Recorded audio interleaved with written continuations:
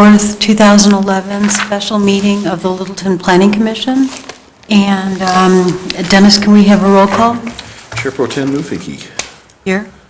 Commissioner Bagnell. Here. Commissioner Bockenstedt. Here. Commissioner Coronado. Commissioner Elrod. Commissioner Gallagher. Here. Commissioner Metcalf. Here. Commissioner Ranville. Here. Commissioner Samuelson. Here. We also have Steve Ekman, who's our representative from Historic Preservation Board with us tonight. And the next is the agenda, goals, and format for the meeting. Do we have any changes to the agenda? Seeing none, I just wanted to kind of go through the agenda a little bit. We'll do an introduction of all of the commission members. We have 2 new members today, Matt and Tony, and then review the draft plan and go through outstanding issues and direction, kind of continuing what we were doing at the last meeting. And then we'll revisit some of the meeting goals, the schedules, and upcoming meetings, and then we'll adjourn. So with that, I thought we'd do just a quick introduction of the members, and in the introduction, if you would say a little bit about the entire commissions, about your background, and maybe your interest in planning, and then also what you hope to accomplish in the next several months on the Planning Commission. So how about we start with Steve? Who are you? Yeah. Well, I've been on the Planning Commission since 2007, and I live over off of Santa Fe, back up to the South Platte Park. And what do you hope to accomplish in the next several months? Next several On the months, Planning well, Commission. I'd kind of hope to get this done. Okay.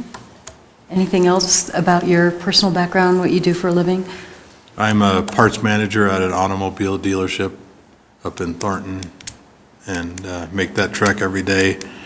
I can't have anywhere else in town that I'm going to live that's going to be anything like what I live in down here in Littleton. So. Jenny? I've been on the Planning Commission last year. It's my first year, and happy to be full-time instead of the alternate, so looking forward to it. And my background is I'm an architect in Colorado, and I live within walking distance of the Historical Museum and the Littleton Library. And for me, just getting the comp plan has been great to work on and seeing that finished as well. And basically, I really look at the city and design for people of all ages, and that's something that I think about as we go through this. My name is Tony Gallagher. I'm a retired engineering and planning manager for Quest. Been retired for about 10 years. Been active in the city as far as chairman of the Liquor Authority for the last 8 years, and on the authority for 11 years. Was president of the Littleton Police Citizens Academy Alumni Association for 8 years. And just, my goals here are just to make sure that the city's doing well and going in the right direction. As far as the Planning Commission goes, I really don't know much about it. I hope to learn a lot and participate a lot. Matt? Matt Bagnell. My background is in accounting and management. I do a lot of project management and personnel management. And first time on any commission, but I'm excited about being here. And my goal would be, much like Tony's, that I haven't been here before, so I want to really learn the ropes, but hopefully make a difference, setting the direction for the city with the comp plan. Kurt Samuelson. This is starting my 4th year on the commission. I've been in the mortgage business for 28 years. I'm a loan officer for Bank of America Home Loans. My goal is to complete the entire comp plan in the next 3 or 4 months. That's a good goal. Or at least The make some entire plan or progress. the downtown plan? Entire plan. Entire plan. Well, let's make some progress on the down. Dave? I'm David Metcalf. My background training is in architecture. The last 35 years I've been project and program manager for commercial and institutional projects, including managing the last 2 Littleton Public School bond programs. I've been on the Planning Commission for 3 years, lived in Littleton for 32 years.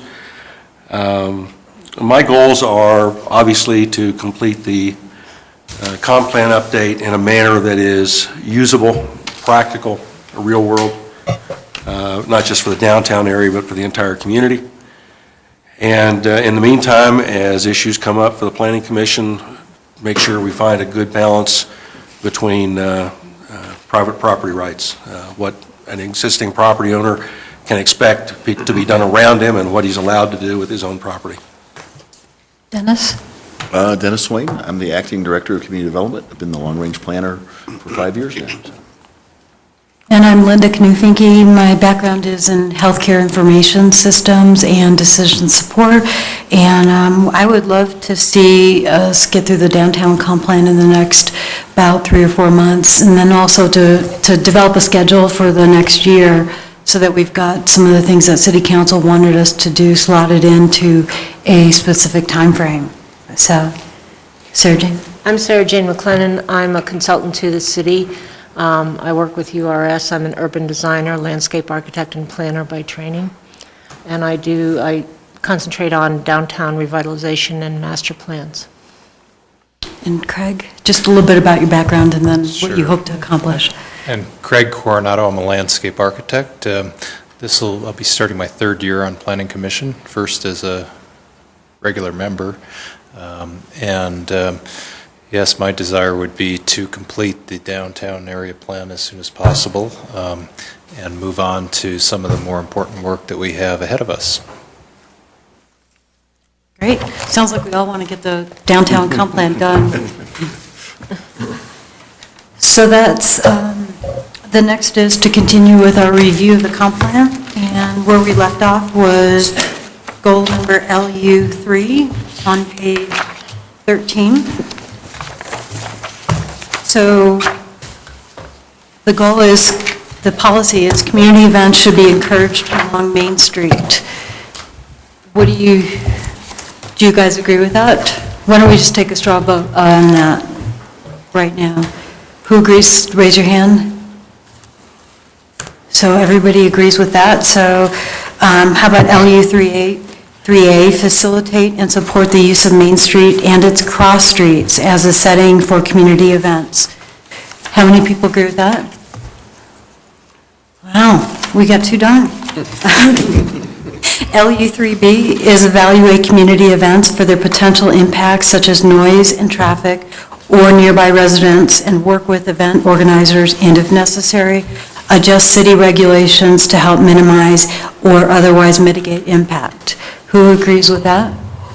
I guess I just have a question on that. It seems that must have arose from some specific comments or concerns from the public, or? It was, particularly during the interviews with some of the downtown merchants. We had concerns about the sign code and just the process for actually doing special events. And it's kind of 2 sides of the street, because we have the people who put on the special events having concerns about just the procedures and how complex it is sometimes. They have to do it over and over again. And then we'll have concerns for businesses, other businesses who say, well, I'm concerned because they're in front of my business, or it's too noisy, they're interrupting a session I'm having and something else. And as we get more residents downtown, I think we can anticipate that we're going to get concerns from them as well. So it's that balancing act. So we've heard some of it, and I anticipate we'll hear more. There's no plan right now in place on how to evaluate those? There's not a plan in place. There is kind of ongoing evaluation kind of as we respond to individual comments and concerns about it. So it's been kind of this evolutionary thing, but there hasn't been really, I think, a specific comment about trying to be more flexible and trying to respond you're right, exactly, as a kind of coordinated effort. How do we actually balance those two, and how do we think about a program for events? What special regulations do we need? Are the regulations that we have in place helpful or hurtful? So, I think we also heard from when we had our meeting with the folks who live in the old downtown neighborhood, and they talked about their concerns, particularly with bands and so forth, being up on the roofs, going after certain hours, that they would be impacted by that. My only problem with both of these is the wording. Who's going to facilitate and support the use of LU3A? Is that the city is going to? So can we not just say the city will, instead of leaving these terms vague and just sort of out there? Well, I think we've kind of made that assumption for all of these, that these are, and I think we have a statement here, I think it's still here, that unless otherwise noted, this is the city, is the person responsible for the implementation strategy. We certainly could, reemphasize that. I kind of hate to repeat it because I think it gets so repetitive because so Okay, many yeah, of these you're are- right. On the front yeah. page, it says implementation strategies or actions the city will take to complete the policies, goals, and vision. So Okay. I stand corrected. My remaining concern about LU3B is evaluate for potential impacts. Okay, this is going to be in the context of this is a downtown area, not a residential suburban area, right? But it doesn't say that. So Right. I just think we ought to be a little more specific about setting context, or we're going to invite all sorts of complaints about, oh, it's noisy downtown. It's too noisy for me to live down here. Well, you should have known that when you moved downtown. Right, and that's the dilemma, exactly. Right, yeah. exactly. So how do would we you say, constrain it? put residential in here? Evaluate community events for residential impacts? On nearby residents, it's in there.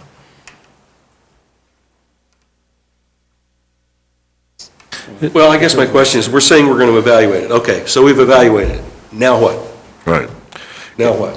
And I hear you kind of saying it needs to be balanced because it is, there's a little higher level because you are going to be close, you are going to have noise. And I guess it's in combination with AA's in attempting to say it, but B could certainly reflect that more somehow. Reflect the fact that it's got to be, given that it is a downtown area, given that it's a mixed-use area, we can anticipate a certain level of conflict. We're going to try and minimize to the extent possible, but we've got to recognize that there's a given. My question is, how are you going to evaluate it?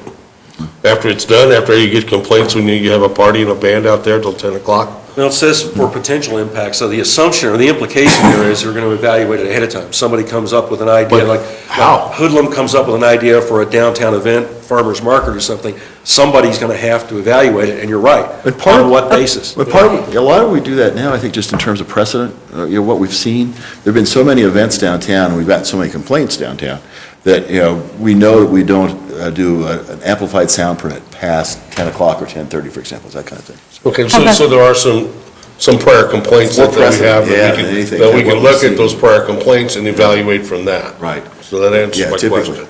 How about modifying the language to say evaluate community events on nearby residences for their potential impact? So add the nearby residences, would that be acceptable? As Dennis pointed out, it's not just residents. Yeah, it's not, some of the other businesses too get concerned about, a tent being put in front of their store or the noise level. And we've had, probably to date, we've had more complaints from other businesses than we've had from residents. Right. Service businesses have complained about clients not being able to get in because of the traffic and what the Right. events on the street. Some of the businesses have complained that the booths that get set up during the street events end up competing with them for attention and for lower price. And that's a balancing act too. Okay. Right, Yeah. well, so I think it's a good statement, but I think that we should add something about businesses in there. So evaluate community events for the potential impacts such as noise and traffic on nearby residents and businesses. Good. Yeah. And work with event organizers and so on. I think Good. Who agrees with that wording? Seeing everybody? So are we ready to move off of LU3B? Yes? Okay. Well, wait a minute, we finished That one wasn't- whole, Still didn't address David's issue in terms of this, and so I want, Sarah, I guess I'd like to have some language, if we can now. The community events for the. And unfortunately, I made a suggestion on my notes that I sent out last Friday, and naturally didn't bring a copy of it. Okay, with me, so- oh, okay. God, I'm getting inundated. Wonderful. that one's in color. yeah, probably easier to read. Yeah. So Dave, do you have a suggestion, or Dennis, are you? Well, actually, I'm reading it now, and I'm not much happier with that than I am with the original, but it did say what we've just done.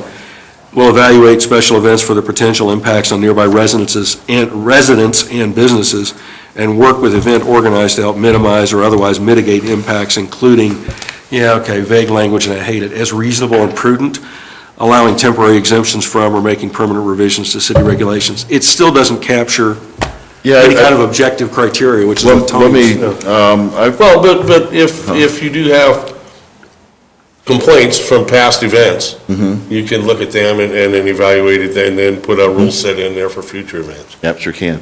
And then I think to address your other point maybe about the mixed-use nature, maybe we could say, and work with event organizers and if necessary, and recognizing the mixed-use nature of downtown, comma, adjust city regulations to help minimize, or something to that effect. That's probably better than if necessary. Another parenthetical, yeah. Do we need that based on the previous goals and policies that we've gone over? Yeah. Because we state mixed use. Well, but whatever we're doing, it needs to be fairly explicit, and sometimes it's got to be referential back. And in this particular case, what we're trying to do is set the context for evaluating the impacts. And in this case, instead of just saying if necessary, might say something about, what was the language you used, Dennis? I said, and recognizing the mixed-use nature of downtown, or something. Yeah, I like that. I like that, too. So how many people agree to add the mixed-use nature of downtown to that goal? Seeing everybody? Now we can move on. Yeah. We haven't had one dissent It's yet. early. It's early. Okay. Can I ask a question? Yes, please. For the sake of these edits, does anybody ever use this projector? Is it possible at another meeting to have a laptop here and run the projector so we can do the edits in real time? And Sure can, yeah, we've done that in the That might past, help and us Linda get through it suggested that faster. too. We can certainly do that for a future meeting, yeah. Just depends on me typing quickly enough, so. Or somebody else. I'll volunteer. Okay. Okay, policy LU4, the existing character of the old downtown neighborhood should be preserved. Who all agrees with that? And seeing everyone? Move next I one. had one comment I wanted to make on that one. Okay. When we decided this, after getting the input from the public forums and the stakeholder meetings, one of the reasons we all collectively, I think, agreed that it should be preserved is not just because it's there and it's nice, but because as you go through the neighborhood, the property owners have done a good job, shown continuing dedication to maintaining the properties, improving the properties. Over half the properties there are owner-occupied. I mean, we said we want to preserve it. I thought it is in recognition of the fact that the people who are there seem to be dedicated to the idea of keeping it up. If that would change, if most of the properties end up being rentals and the condition starts deteriorating, I see no reason to preserve something that has no interest in preserving itself. I thought it was written fine the way it was. And I think that's part of what we're going to be addressing with adding language to review the plan on a routine basis. And if we need to make those changes, we can go ahead and make those changes. So, implementation strategy LU4A, direct rezoning effort to retain small-scale residential as the primary use in the old downtown neighborhood with medical and dental offices as secondary land uses. How many people agree with that? And we had extensive discussion on this, too. I just question whether we want to say rezoning there. I think if you refer back to LU 1B, it doesn't necessarily say rezone. I mean, do we want to make that leap? I think we want to evaluate the zoning that's in place and the impacts of the TIS and the PDO, but do we want to explicitly say that we want it to be rezoned? The zoning review, possibly, yeah, is more clear, that's a good point. I'm just afraid the unintended consequences of doing that. So can we change it to say retain small-scale residential and just get rid of that all beforehand? How about any rezoning effort? Yeah, that's more Right. open-ended, I guess. It's not saying we're going to do it, but that it's an available tool. So change the wording to say direct any rezoning effort, Yeah. or do we want to add the available tool? No, I think just direct any rezoning effort would be, Yeah, because you don't have a rezoning effort in place now, right? So, And for that matter, if city council decides we don't want to rezone it, we like the R5 the way it is, then we're kind of stuck with it. So who all agrees with that revised language? Seeing everyone? Wow. Okay, we're now on LU4B, revise the zoning and downtown design standards and guidelines to ensure that new development in the old downtown neighborhood will conform with the existing scale, mass, and feel of the neighborhood. Dave? If we drop new, that covers any development, new, redevelopment, anything else. Tony? I was just voting on it. Tony senses a momentum building up here. Okay, who all agrees with that implementation strategy with the deletion of new? Seeing everyone? We're on LU4C. Delete as conditional use in the zoning code, off-site commercial employee and/or customer parking on residentially zoned property in the old downtown neighborhood.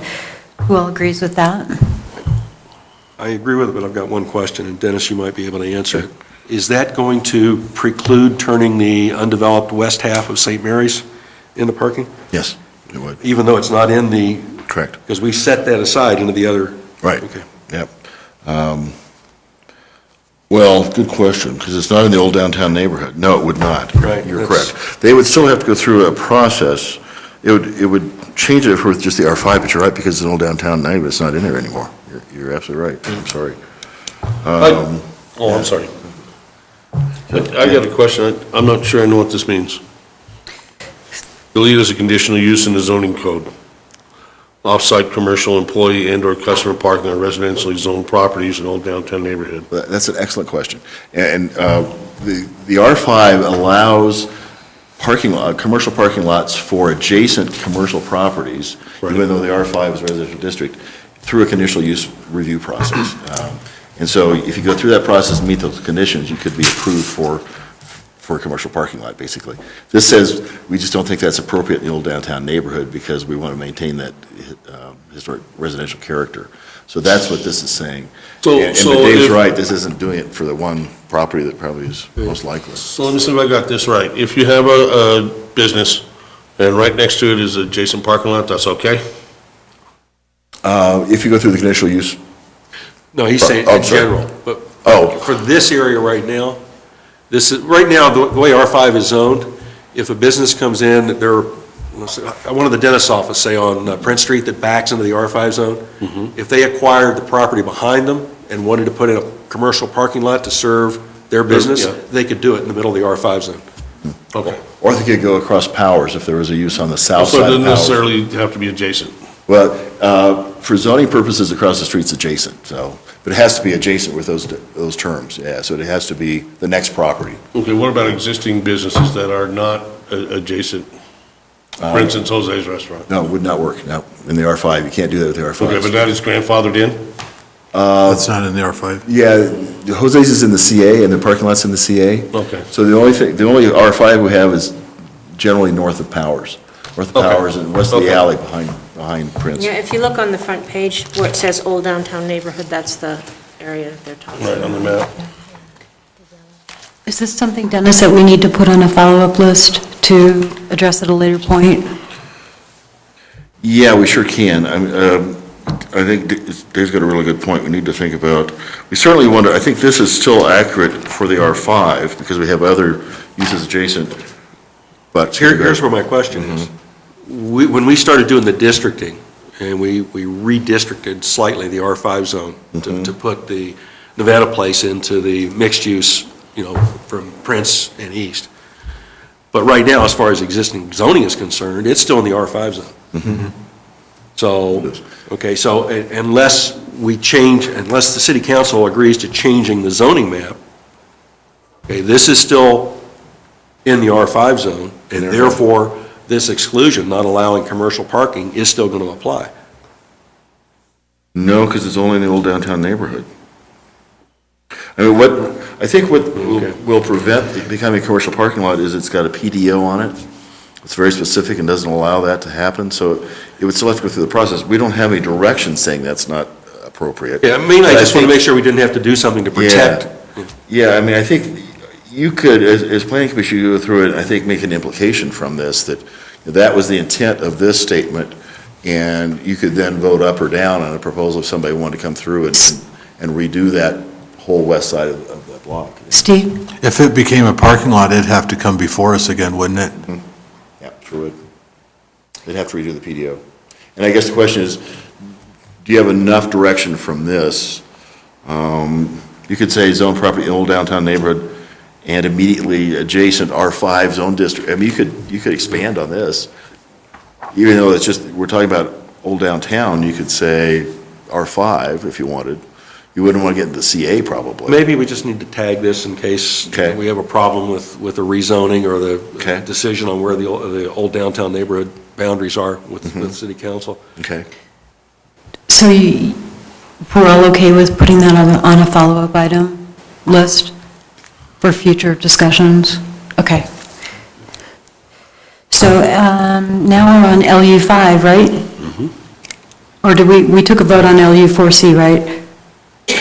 We all To agree? delay it, right? Okay, so LU5 is the residential mixed-use district, should have both residential and commercial uses while maintaining a residential character. Dave? Can somebody define residential character? Especially in that zone? There are a half a dozen one-story and a couple of two-story houses, frame houses, clapboard siding, still being used as residences. There are about an equal number have been converted to businesses. Most of the rest of it is three-story plus, stucco or lap siding, multifamily or commercial spaces. So what do we mean when we say residential? I mean, most people are going to think single-family, one- and two-story. So how do we differentiate in an area that already is at least 50% commercial? How do we say that this is going to continue to have a residential character? I mean, I think to some degree we'd have to fall back on the existing design standards and guidelines, which define this area as having residential character, and then going through and defining the elements of that in terms of, and specific to this neighborhood, they talk about the siding materials, they talk about the setback, they talk about, how, what are the different elements that distinguish it. So I think to some degree we'd have to go back and say, that defines residential. And again, it's tough to kind of sometimes separate the residential from the commercial in terms of, or the use from the character. But there's some specific things that I think you talk about in terms of, are the materials scaled, so that they're smaller scale in residential? What does the front yard look like? Is it asphalted and parked, or is it look like a residential front yard? And I think the design guidelines do a good job of going through and defining those elements. Since most of the residential in that area is multifamily, there is no front yard, okay? Most of those buildings are next to the street. There may be a little landscape border 5 or 10 feet. Sure. But there is no front yard. Right, I guess I would argue, though, that I think the condos on Hill Street have a residential character to them. It's a fourplex. I think the condos on Sycamore, just north of Main Street, and that's a lot of units in there, but they still have a strong residential character. It's three-story, but it feels like a residential structure, just in terms of the way it's landscaped, the way it's scaled, in terms of individual entrances. It has a residential character, whereas the office building down the block on Sycamore may be a little bit more debatable, but again, it's got the detached tree lawn, it's got the grass in the front yard, and the landscaping, and it fits pretty well in terms of setback and in terms of how it meets the street and how it feels as you're looking at it. And that's what I'm really getting at, Yeah. okay? At what point do we decide that residential character doesn't mean a 20-foot setback? It doesn't mean a front yard. It does allow for parking on the side of the building, which some of the commercial buildings have. A lot of the commercial buildings have already. When we addressed the, the active retiree house, or building that was going on down here on Berry, the DRC made a big deal about, well, it should be brick toward Prince and white siding toward, there aren't 4 buildings, old residences in this area that have white siding. So to continue to insist that that's necessary to maintain an existing character is a little silly. I'm just trying to look for something tangible that somebody in the future can say, yes, this is what we meant by residential. This is going to be interesting, I think, something for Tony and for Matt to look at. our design guidelines are kind of unique in terms of how they define what the character is. And Dick Farley, who was the consultant to the city who developed those, came and gave a presentation to the Planning Commission a couple of years ago on how those developed. And it's an interesting concept, I think, in terms of they said we could look at all of downtown and say, yeah, you could all have the same character, but you really want to be able to kind of say, I live here or I live here, kind of be able to distinguish between those areas. And the way they did that was said, if we were to, in my mind, and this is my take on it, if I were to develop Sterling Ranch, I went up to Sterling Ranch and said, okay, I'm going to develop all these individual neighborhoods. I want them to have an individual character. I want to be able to say, I live here and it's different than somewhere else. I'd go in and establish that character. I'd say this one, they're 1- and 2-story buildings and it has lap siding, or this one's brick or something is distinguishing it. And maybe the streets are wider or narrower, it might have a different character. We're in a lucky position in Littleton in that we have neighborhoods, existing neighborhoods that have an existing character.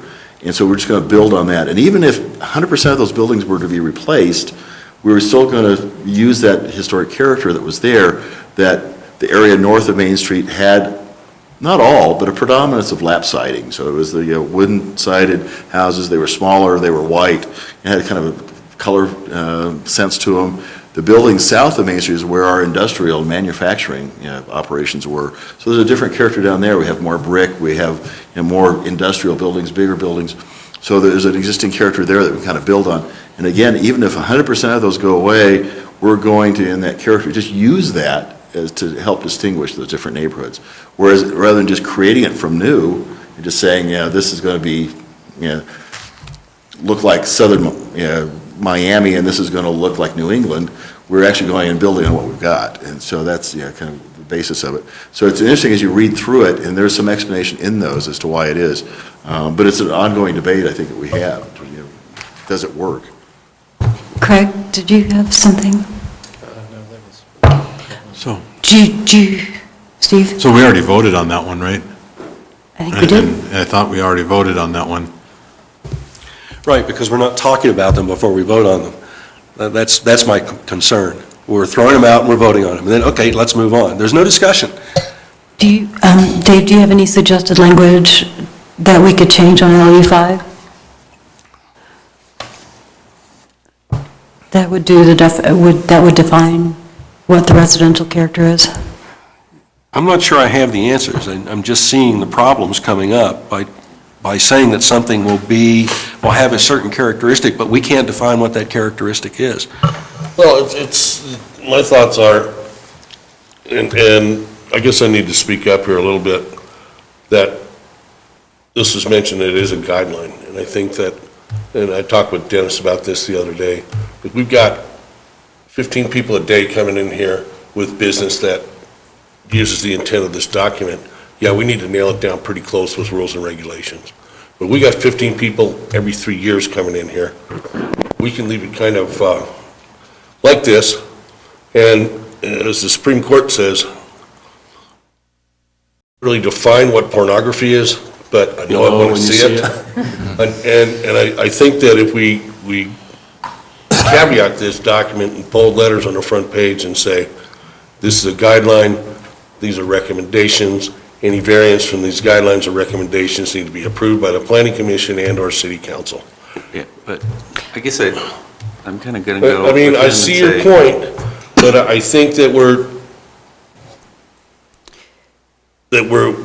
spinning our wheels to a degree on trying to nail this down perfectly when the things that are going to come across this are not going to be perfect, and if they fit in with our guidelines, fine, and if not, then they can come talk to us and we'll look at it at that time. So can we go ahead and just Matt had something. Well, I was just going to say, I don't think it has to be perfectly specific either, but in the end, the people that are going to be using this are going to be in a position of having to interpret. And if their tool to interpret is to refer to the downtown design district document, then why don't we mention that, and then I think we're as specific as we need to be. We have mentioned that in general in the introduction, that the comp plan is one tool to be used along with the zoning ordinance and the design guidelines. So that we at least have that cross-reference. We could certainly, Matt, if you're suggesting we could add Refer to it. parenthetical as defined by the downtown design standards and exactly guidelines, what I- like that, yeah. Steve? Dennis, can you explain on the planning perspective on when we have our hearings on how the comp plan is used during our hearings? Yeah, it's used a couple different ways. When we do a staff report, we go through and reference, the different elements of the comp plan that we think support or don't support, a particular proposal. And it's always a balancing act, you're right. I mean, it's interesting because everything, kind of like Tony was saying, you're going to have to go through and do some interpretation. Matt was saying too, you have to look at this and say, well, we find support here and opposition here, and then we have to go through and kind of evaluate that, because very rarely we're going to find something that's got 100% support or 100% opposition. We're going to have these conflicting goals and policies in here that are going to say, yeah, it's up for you to decide, and here are the different ways to look at it. But we do reference those as we go through. And then in the public hearing as well, we like to reference those, and again, that this does or does not meet the intent of the plan, and if you cite those particularly, it's really helpful. Yeah, during our public hearings, we'll have a developer get up in front of us, and they'll say that because of this, it supports the rezoning, or it supports it. So that's where these will come into hand. Then we'll have a citizen get up and says, because of these, it doesn't support it. So you're going to get both sides of it, or just the opposite, yeah. So can we go back to the suggestion to add, as defined by downtown design standards and guidelines, to the LU5? How many people agree with that statement Without knowing what they say. without knowing what the downtown design standards and guidelines say? Well, okay, let me give you, for instance, there are 7 houses, single-story frame houses, north of Ned Kelly's on Sycamore, okay? 3 of them are commercial.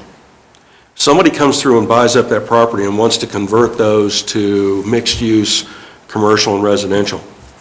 Okay, what does this tell him he's going to have to do with that to make them continue to look residential? Stick with the single frame houses, setback from the street, separation from, what I'm getting at is, one of the things we heard early on was people wanted a clear, simple understanding of what they needed to do to get development approved. And if we use terms that don't have definitions, don't have more specific definitions, how does residential here differ from residential in the R5? How does it differ from any residential that would happen downtown or in the Main Street district? If we don't give them some direction, then we're going to get the same stuff pushed on to developers as DRC did with this development across the street, brick on one end, white siding on the other. So I guess my question is, what do we envision there, and how do we provide the tools in here to make sure that that's what happens? Steve? Does LU5 have to answer all those questions? Well, I think that's a great question, because we've got other recommendations here. Go back and look at all of our regulations, look at all our standards and guidelines, and see if they're accomplishing that. As we go back through that, we say, well, is that accurately defining what you want for residential character? But I understand the concern, but I think your question's perfect. I don't think you're ever going to get there in a plan. You're going to set the direction in the plan, and then your guidelines and your discussion at the public hearings is going to actually define that. Well, this is one goal making up the whole thing. Saying it's keep a residential character. Main Street doesn't have a residential character. So it's like they're telling them, we don't want it like Main Street, okay? There are residences on the second floor in some of those buildings downtown. Okay. Are we not contemplating that same sort of Do thing? you as feel possible? that Main Street has a residential character? There are residential aspects of it. My point is, you're using the same word, residential, to apply to the R5, single-family standalone houses, to the residential portions or uses in Main Street, and to this residential mixed-use area north of Main Street and east of Prince. We're not providing any distinction, any direction. We're leaving it up to DRC to come back to us and say, oh, here's the way we see it. Well, that hasn't worked real well in the past. Micromanage it. How about this? How about maybe for the next meeting, that you can come up with some proposed language to define the residential? Well, only if anybody, if there's general agreement, but that needs that kind of explanation. If I'm the only one worried about it, and it's going to end up being a 7-1 vote anyway, then there's no sense in wasting the time. Okay. Yeah, I'd like to say, I appreciate your comments, Dave, and I'm concerned also that it doesn't really quite go far enough, but I'm afraid if we chase it too far, then it becomes overly prescriptive, and then it makes it more difficult. You lose some of the flexibility. I don't think that this doesn't say what we want it to say, I think it's okay. Residential character, to me, is fairly explicit. I think it's differentiated from the R5 because we say single-family in the R5. It's differentiated from Main Street because it's more of a commercial character. After we had this discussion last time, I went back through some other plans, some old plans that I'd worked on and that other people have done, and just to see, has the direction been effective?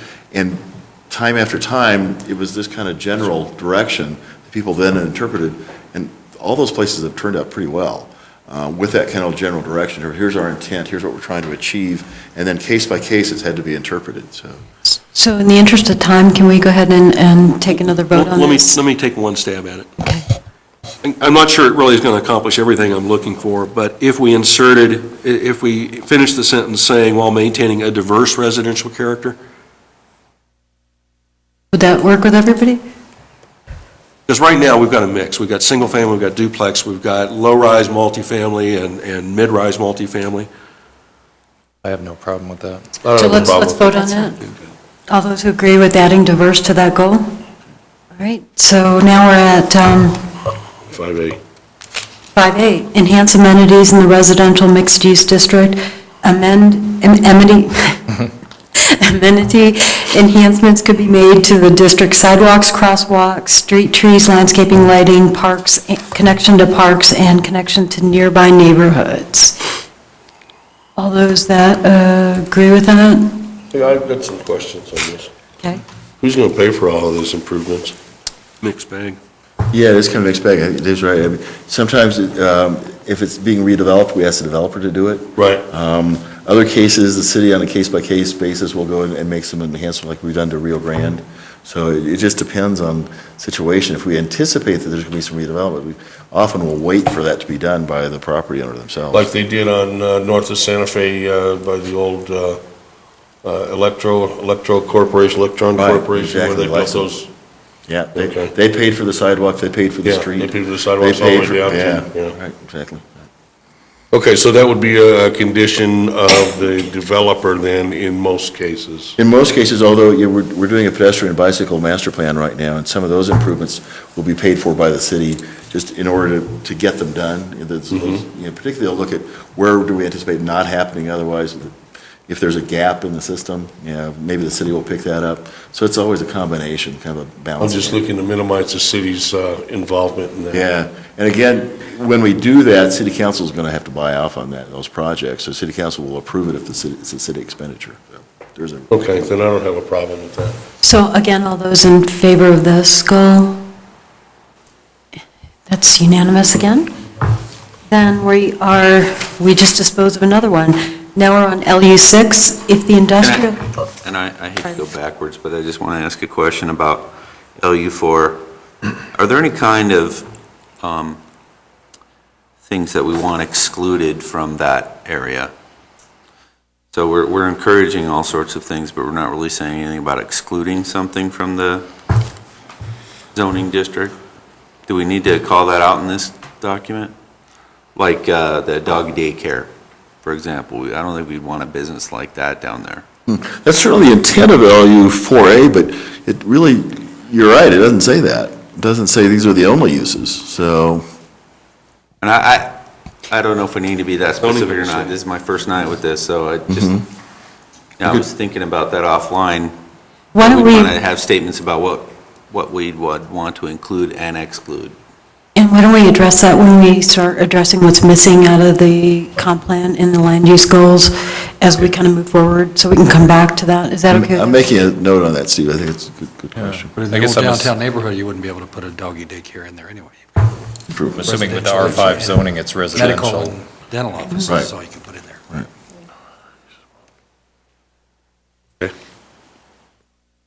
But we certainly have had proposals for commercial offices in there, that kind of stuff. Okay, LU6? I got some issues with this before we move on. Dave, you want to give your concerns with this?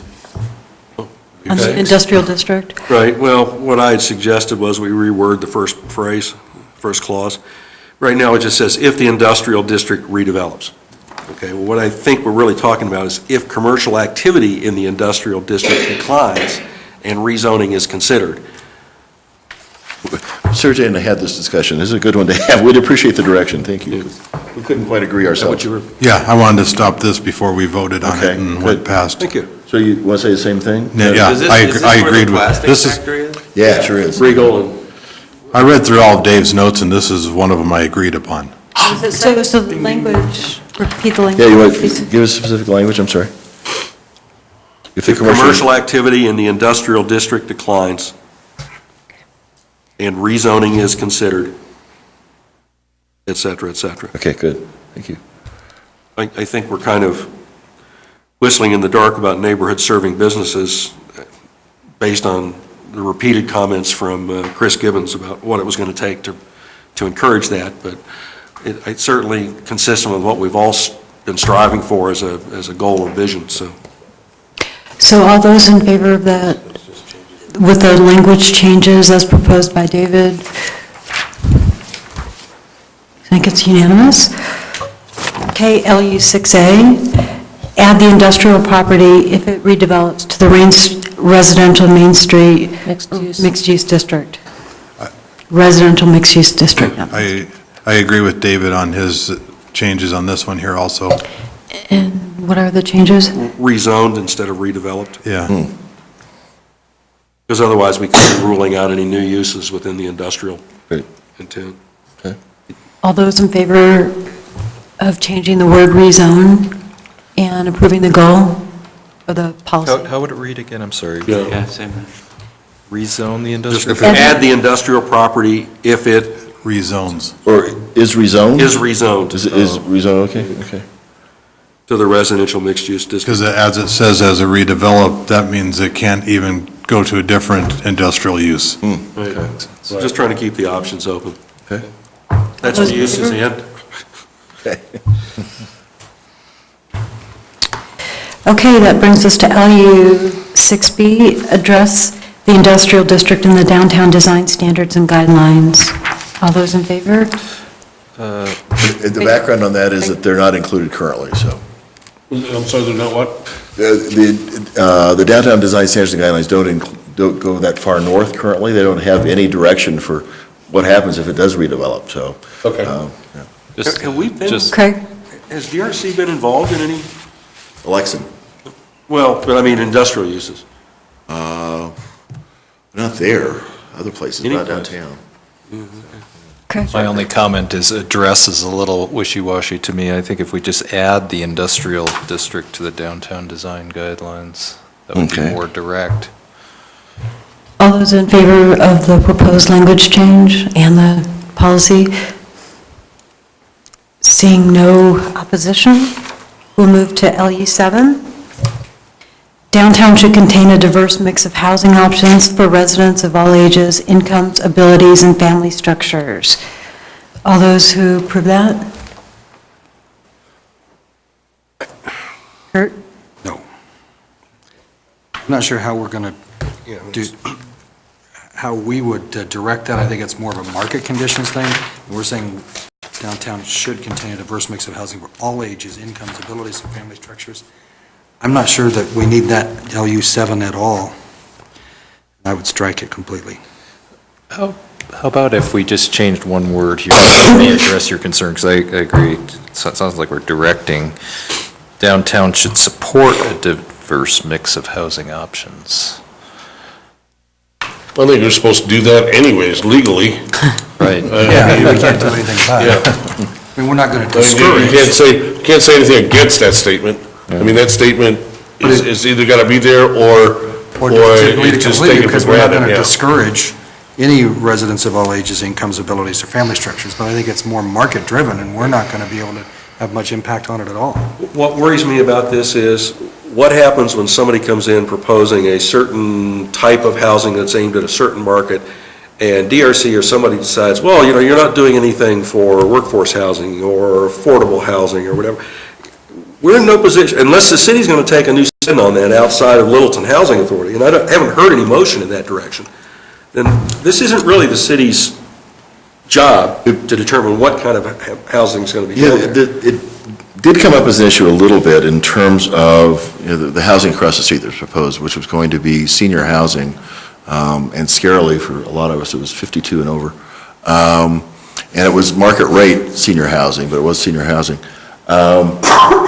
That there was some opposition, to that housing because it was senior, and just in terms of, is that really going to meet the needs downtown? And then it always gets into the issue of, do we have too much senior housing? Do we have too much assisted housing? Do we have too much, one or another? So it's always a question, I think. But but you're right to some degree. How do you control We step that? in and say, there's already too much senior housing, so we're going to try to skew this towards Well, then, lower moderate income housing, well, then upper becomes the income question of housing. what could you do legally too? What Well, can I mean, how can't can you do? say no? I Yeah. mean, how can you say you can't build another senior center here in Littleton? How can you say that? Well, in the interest of the vibrancy of downtown, I think it needs to have affordable, different levels of income, different age group. So I think we need to have a tool as a planning commission to be able to somewhat direct that. Well, we did have a comment during our public outreach. We had, two people who came and said they had visited this beautiful little downtown in the Midwest where the city had put a fortune into public improvements, and it was overtaken by senior housing. And they said it wasn't real in terms of the mix that was there. It was, so it didn't have that diversity of mixes. And they saw some real issues with that just in terms of how it really functioned. So I think it can become a mix. I just don't see how you can take and say, one group of demographics, we've got too many of those. Can't have any more. I mean, legally, I don't think you can do that. Equal opportunity and all that stuff. So why don't we take this down to a vote? Can I suggest something?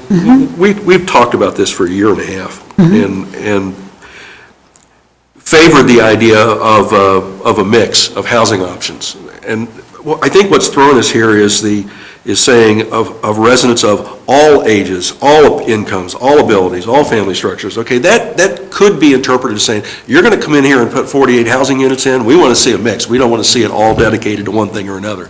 I'm not worried about telling them they can't do something, Tony, as much as telling them you must do something. Steve? I understand that. I would agree with Craig on changing the word contain to support. And how about getting rid of all? Is Just say that various. various? Well, Variety. diverse mix of housing Okay, options, then. period. For residents of a variety. Diverse mix of housing options. Period. Yeah. One of the things we heard from council, John Ostermiller in particular, was this notion of one type of housing that's been left out of Littleton largely are the people who've lived here for 30 or 40 years, their kids have grown, they're empty nesters, they don't want to maintain a 3,500 square foot house on a quarter-acre lot. They're looking for a housing option that would meet their needs and still leave them close into Littleton. So this, at least generically, it doesn't have any teeth, but it's a vision, it's part of the vision. So the proposal on the table is to change LE7 to downtown should support a diverse mix of housing options, period. How many people agree with that?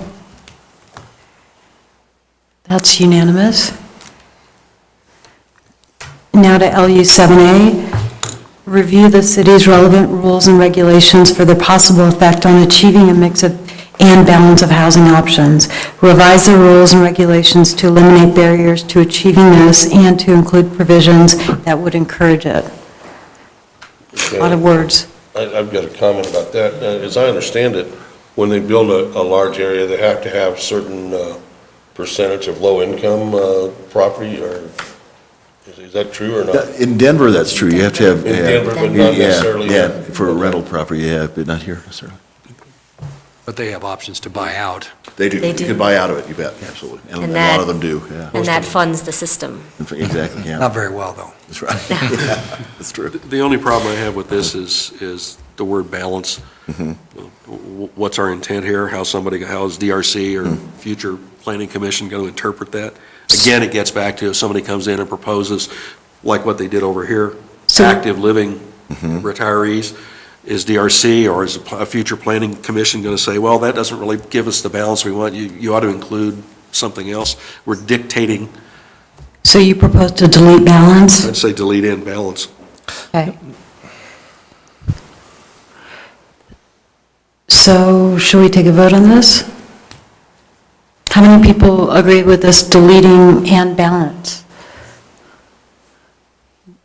And Steve just stepped out, but it's unanimous. So LU 7B is identify opportunities to encourage a mix and balance of housing by improving amenities such as parks, views, trees, sidewalks, and street furnishings. Again, my question is, who's paying for these improved amenities? Yeah, it is a combination. Answer. Yeah, same answer in terms of, yeah, private and public, it's true. I think that the private, it might be, do we look at the standard for what we're requiring?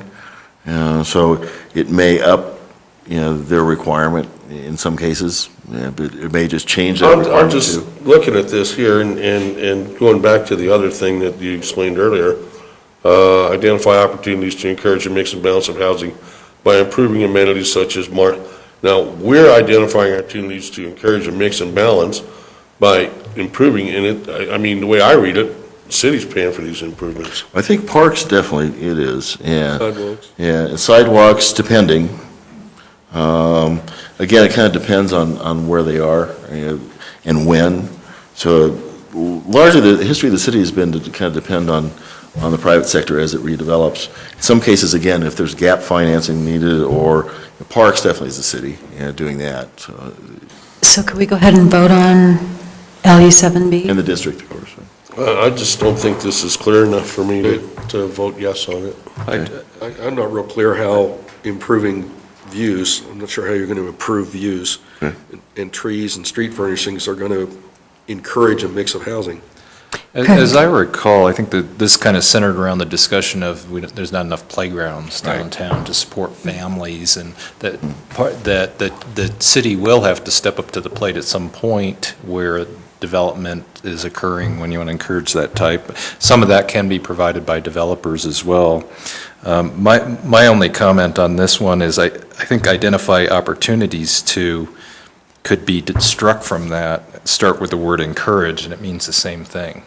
It's just a more concise way of saying that. So it'd say encourage a mix and balance of housing by improving amenities, blah, blah, blah.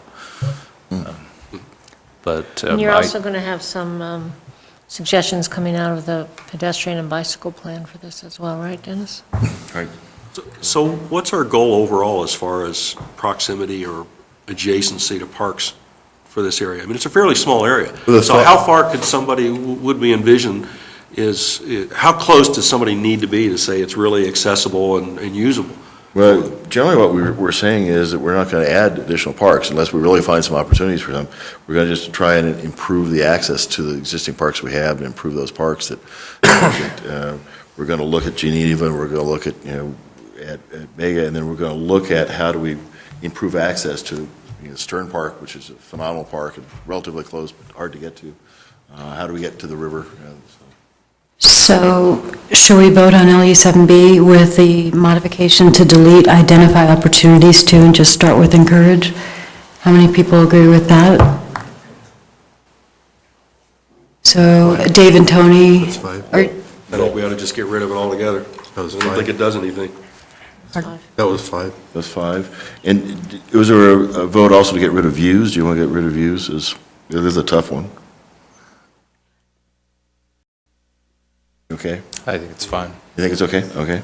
All right, so we're on LU 8. The land uses and building forms along Main, Prince, Alamo, and Curtis Street should reinforce these multimodal streets as a principal circulation routes for vehicles, pedestrians, and bicycles. Boy, do I hate reading.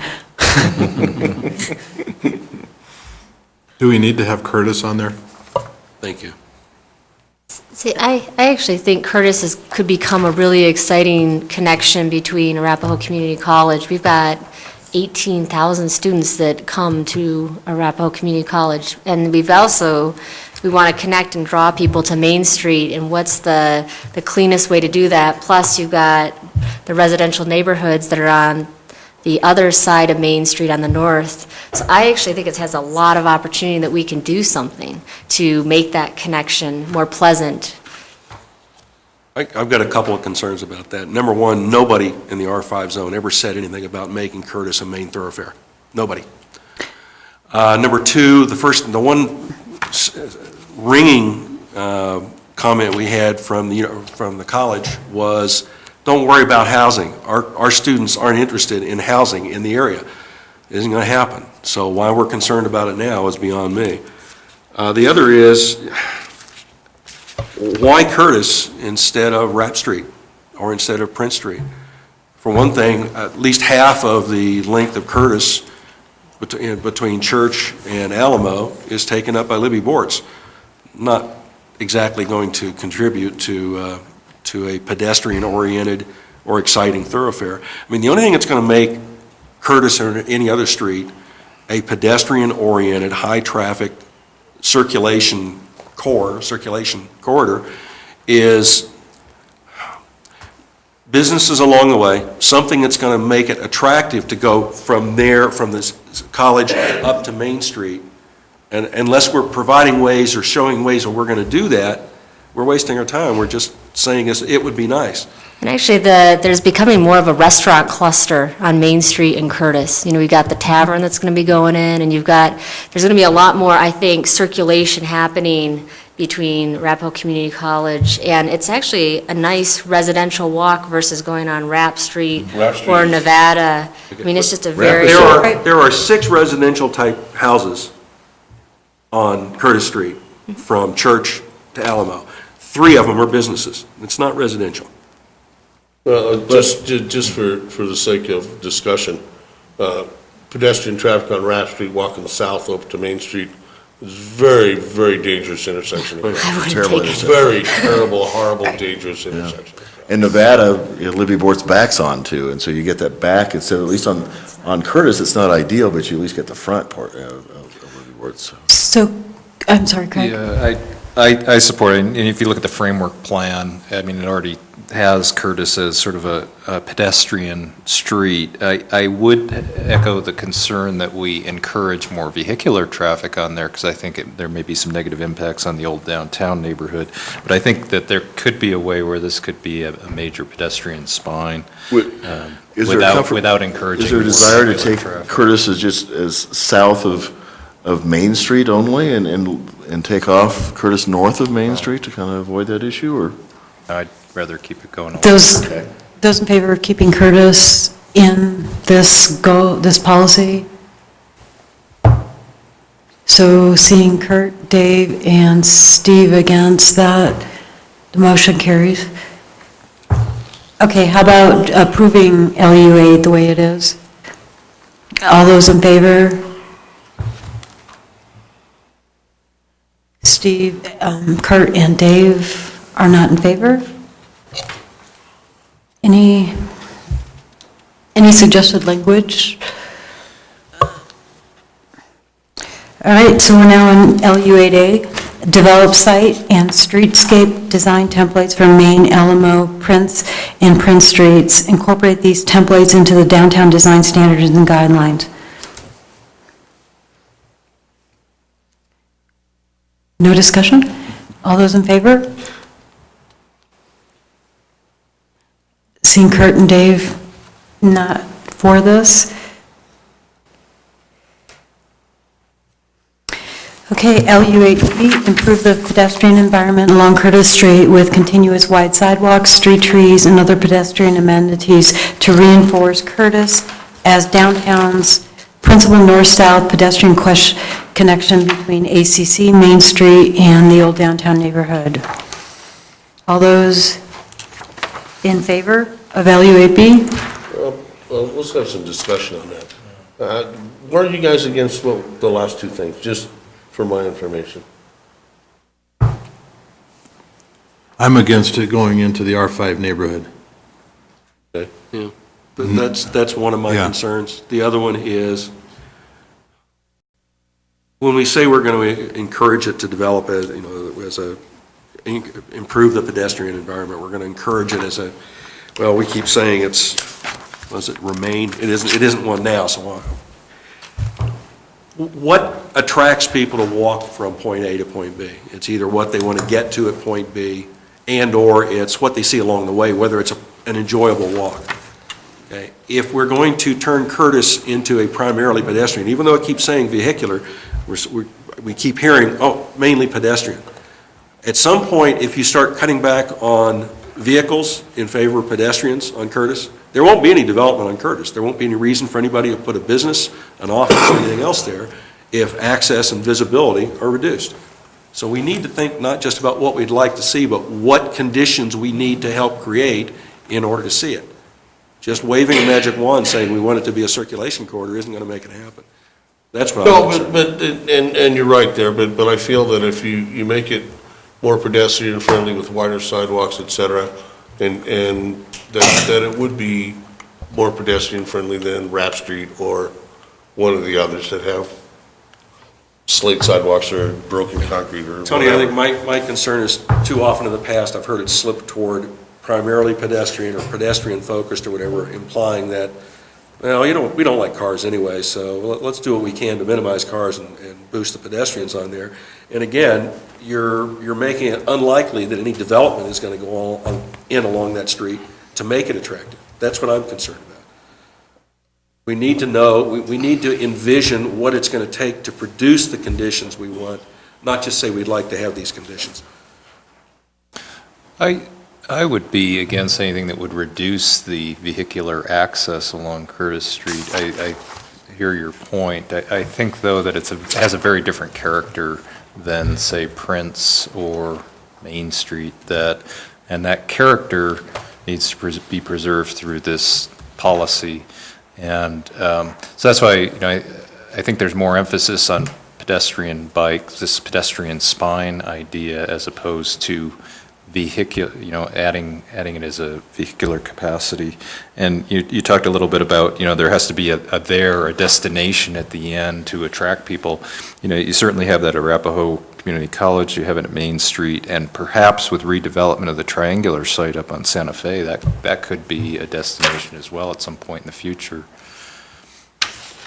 Jen? I think one other thing that's good to point out is we also have the trail system here along Little's Creek, that this would be a very safe way to bring people who are on bikes or have strollers, to bring people to Main Street. Never once in our hearings with the Old Town neighborhood did we have anybody saying that they wanted to have wider sidewalks so that they can get into downtown. I would actually be in favor of this if we scratched the ending of it and the old downtown neighborhood, where it'd be a north-south pedestrian connection between ACC and Main Street. And scratch the old downtown. If we scratched the old downtown neighborhood. I'd kind of like to see us drop downtown's principal north-south pedestrian corridor or connection. So just say. North-south pedestrian connection, yeah, and certainly there's every reason in the world to enhance the pedestrian environment throughout the downtown. We said that early on. So Especially with gas going up to $4 a gallon, you betcha. But I guess the advantage from our perspective is if we are looking at improvements, if we have a limited budget or a limited focus, where do we put that focus? Where do we put those dollars? If there's grant money available, what are we looking at? It's good to have that kind of direction. Do we disperse it? Do we put it on one street? So it's helpful, I think, in terms of knowing what you're thinking, which is. And there could be an immediate impact with the pedestrian and bicycle master plan. Right. That immediate outcome here. Can we go ahead and vote on deleting "and the old downtown neighborhood"? So who would be in favor of deleting that from this What policy? about the word principal too? I think she wants to do them one Yeah, at a do time. it Can we do it separate. one at a time? Yeah. What did So, we say, we're deleting the word principal? No, and the old downtown neighborhood. the old town neighborhood. Just and the old downtown neighborhood, I think. So Craig and Jenny and Linda are against it. So that has been deleted. And then what about the principal, to delete principal from that sentence? How many people are in favor of that? So Jenny and Steve are against that? So that is deleted. Any other changes to that? We will need to put an "and" in between ACC and Main Street. Okay. So are you ready to move to LU9? Major entries and routes into downtown should be highlighted. Comments? Kind of generic. Yeah. Should we vote? Highlighted with what? With a marker? All right, let's vote then. Who's all in favor of this? Seeing Tony and Dave. As far as it goes, I'm in favor of it, it just doesn't go, it doesn't say. It doesn't say anything. Right, thank you. That's where we get the implementation strategies. Yeah, that was kind of, I think, where it was Yeah. going. So we move from a generic highlighted to a generic improve. So LU9A is improved major entries. Improvements could include gateway features, buildings that frame the entry, sculpture, landscaping, and signage. I have an issue with this again, who's paying for this? Well, in this case, I mean, yeah, it's a combination. If it's buildings, it's a design issue. If you're going to redevelop, an intersection, for example, then you talk about how do you design that, where do you place that building? So that would be private sector. When you get into signage, like we have now at the entry to Prince and Santa Fe, that's the city that picks that up. So it's a combination. well, but what's wrong with that signage? I mean, Oh, that's my no, question. nothing wrong with that. So do we need more of that? What Yeah. about this, who pays for this gateway? I mean, gateway Sure. feature. And- They build a big arch that says, "Welcome to Littleton"? That's what Arvada did, And- so yeah, that's a possibility. Well, one of the comments we did here was that if you're coming on Santa Fe, a lot of people don't know where downtown is. So the challenge is, how do you do that? So if it's signage or something else. I tend to think that if, Put up a sign that says 25 miles an hour. well, if we had that edge, if it really was obvious on all four corners that that was an entry to downtown with the buildings that were there and where they're faced, then I think that's the most effective. But realistically, that's not going to happen for the next 150 years. So, it's, how do you do that otherwise? So it's a challenge. I mean, I guess that if you're targeting people that don't know where Littleton is, then maybe that's a good idea. But I think most of the people that come downtown and go to ACC and live in the area know where downtown Littleton is. Well, and this is something that we heard in the public hearings and the public comments that came up over and over and over, so Dave I and was then just going Craig. to say that Right, we did hear that a lot. That people just blow by on Santa Fe and I doesn't work even know. I work up north, and a lot of the people I work with are from up there, and most all of them don't know where downtown Littleton is, but then when I tell them it's just east of Melting Pot, then they'll, oh, okay, I know where it is now. It's like melting pot is, oh, melting pot, sure, I know where Littleton is. I was just going to say, my wife's cousin came down for the first time. He lived in Arizona, he's 29 years old, never been down through there before, and he recognized downtown Littleton, the entrance, whenever he went past there. So it's not like it's unrecognizable. And there is signage. There is signage. Yeah. So- But you have to look. Well, you have to stop at the stoplight. It's hard to If you're not look and looking, you have you're to not gonna see it. interpret. But What are we going to do, put up a big shining sign? One of the problems, Downtown here. one of the downtown. problems, big red, neon sign. Maybe take some of the signage square footage from McDonald's that they're not using. That says howdy, folks. Yeah, there you Can we go ahead and One of vote on the this? problems we've got right now is if people are coming into Littleton from the east on Littleton Boulevard, they're going to find downtown. Oh, yeah, you got no If they're coming north on Prince from the residential area, they're going to find downtown. The problem is, unless you know to turn at Prince, if you know to turn at Prince, you're going to come in and you're eventually going to stumble over Main Street. If you come in from northbound on Santa Fe, there's a sign that says Historic Littleton, Downtown Littleton, okay, turn right. But then you're on Alamo and you're saying, where's the downtown? Yeah. So I think one of the things, I kept referring last meeting to the Peoria Revitalization Plan. One of the things they did was recognize that entrances aren't just, and we say it, we imply it with the wording here, entrances aren't just a point. Entrances are the procession, the progression from where you come in to where you see Littleton and you come in and all the way down. What reinforces your choice to come in on Prince Street to looking for Littleton, or turn on Alamo looking for Littleton?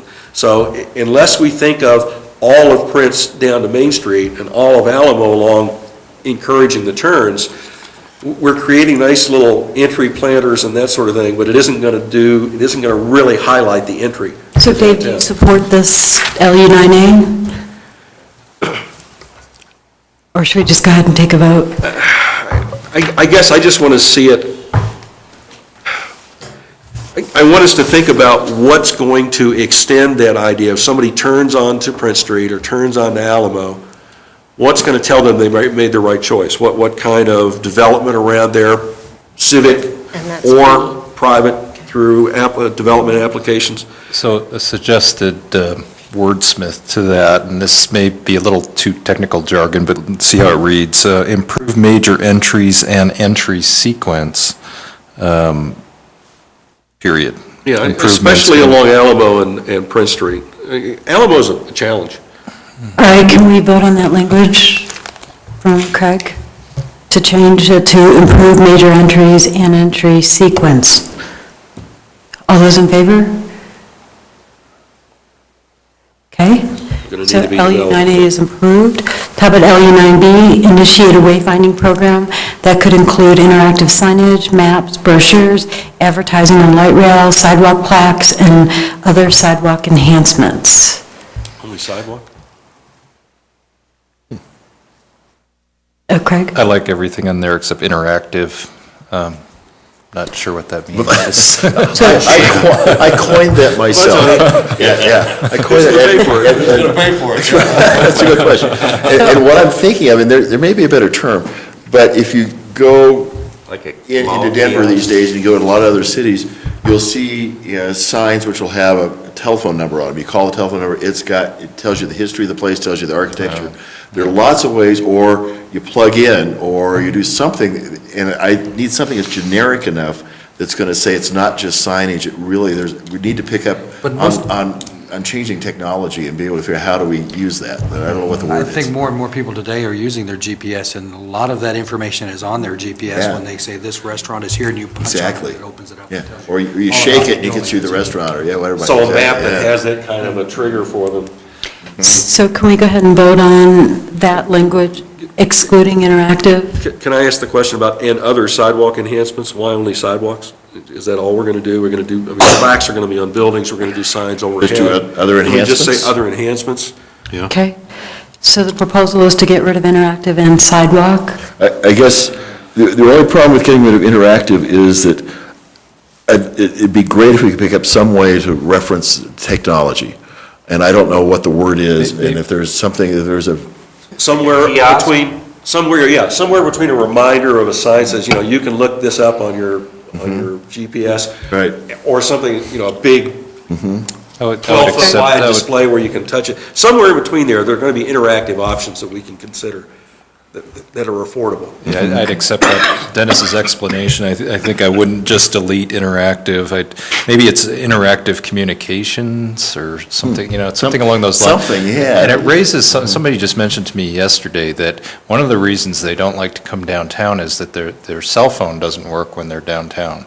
And it's something as simple as that, to provide cell coverage, and when she called the cell, it was Verizon. and that Wi-Fi downtown would be great. Yes, sir. Verizon doesn't carry the signal there because it's a historic district, and I guess they haven't been able to put Really? enough towers in the area or whatever. I think they got a bad phone. Yeah, I do too. I've had no trouble. I have AT&T, which has service nowhere, and I have service Right, downtown. so- You said interactive links? Interactive Is that- links? Or is that could we gonna say cover it? interactive signage or media? Media being other electronic devices. Sounds good. All right, so the proposal is to keep interactive and add after signage or media and delete sidewalk. So all those in favor? No opposition? All right, so now we're on LU10. We're getting closer, guys, to finishing land use. Height restrictions should respect the historic character of downtown. An oldie but a goodie. General, all those in favor? Take a shot at it. Dave is against? Well, I'm against the generic way we're saying it. Well, we'll also have the height graphic that will be included there. And one of the things that we talked about in previous meetings is approving that graphic that was in our original graphic. Dennis is handing that out. Yeah, we did approve that. Yeah. So we- what's our, other than Old Main Street itself, where we're right now limited to 3 stories, is it 40 feet, Dennis, in Main Street? Main Street's 40 feet. 40 feet. Sure is. Uh-huh. So we're talking about a variety of changes, helter-skelter, all around the rest of the central area, other than the R5 zone. My question is still, why? And I don't want to hear historic views, because the only place you can see a view is down Main Street. Oh, sorry. And you can't see past the 1- and 2-story buildings that are there now. So one of the things we heard from Chris Gibbons when we talked about how do we try and achieve the apparently contradictory visions that we heard from the community, and that we like the traditional historic character, but we also want to see more development, was allowing for more development. And if we continue to do this, well, 40 feet's okay here, but across the street it's only 45 feet, next door it can be 50 feet. Why? Craig? We're starting to get into some historic preservation issues here, and I'd like to recognize that Stephen Eckman from the Historic Preservation Board is in the audience, and I don't know that he's available to come to our next, he's been at the last couple of these work sessions, and I'm going to suggest to my fellow commissioners here that maybe we invite him to the table to discuss this and the next one that's relative to the iconic structures, and then if we can, step out of sequence a minute, address the historic preservation section while he's here, because he has invested quite a bit of his time here, and if that's okay, I just want to make sure that's okay. I'd like to add something anyways right here. I was on the Historic Preservation Liaison for a while, and for a year, and at their meetings, the table's open like this, and the planning commissioner is actually sitting at the table as part of, more part of the conversation type of. Not anymore, but. Yeah, instead of back in the audience. We don't have room anymore. At this point, I'd like to bring up that I would like to let the liaison from the planning commission sit at one of the open areas that we have here at our tables, instead of making them sit back in the crowd. How about we vote on that? Vote on having Stephen at the table? Yes, Stephen, at the liaison for the Historical Preservation Board be at the table. So that is unanimous. And then Craig, back to your. Just can't vote, Steve. Can we go ahead and vote on, we're going to leave LU10 and move directly to the Historical Preservation section? Well, actually, my suggestion was to cover LU10 and LU11, which is iconic structures. So that has to do with historic preservation, and then move. And then address the Historical Preservation. We'd have to come back to 12, which is Okay. So Steve, you're on. On LU10, I was here when we were doing this original graphic with the heights, and I think in our board thinks so also, especially, we've talked about 40 feet, but the form-based architecture of really it's, 2 stories with the 3rd story set back, and I think it's got to be tied to, as you get into this, into the design guidelines, and as we work on our design guidelines for, infill and for the structures. So I would refer to keep this in here and actually work back to this, this graphic that you're going to insert, and then also tie it as you get into your, how you incorporated keep, the downtown design guidelines and insert a section, well, we're actually going to put our guidelines into the design guidelines, so that would cover both. But I like to see this stay in here, and, so that's really my comment on LU10, is to tie this basically to this graphic and leave the graphic as is with the design, downtown design guidelines and restructuring. So can we go ahead and vote on that? How many people agree with that statement? To tie the graphic to these statements and leave the graphic as is?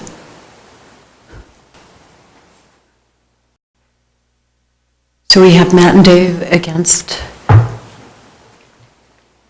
And then how many people approve LU 10.8 incorporate the recommended height restrictions into the downtown design standards and/or zoning?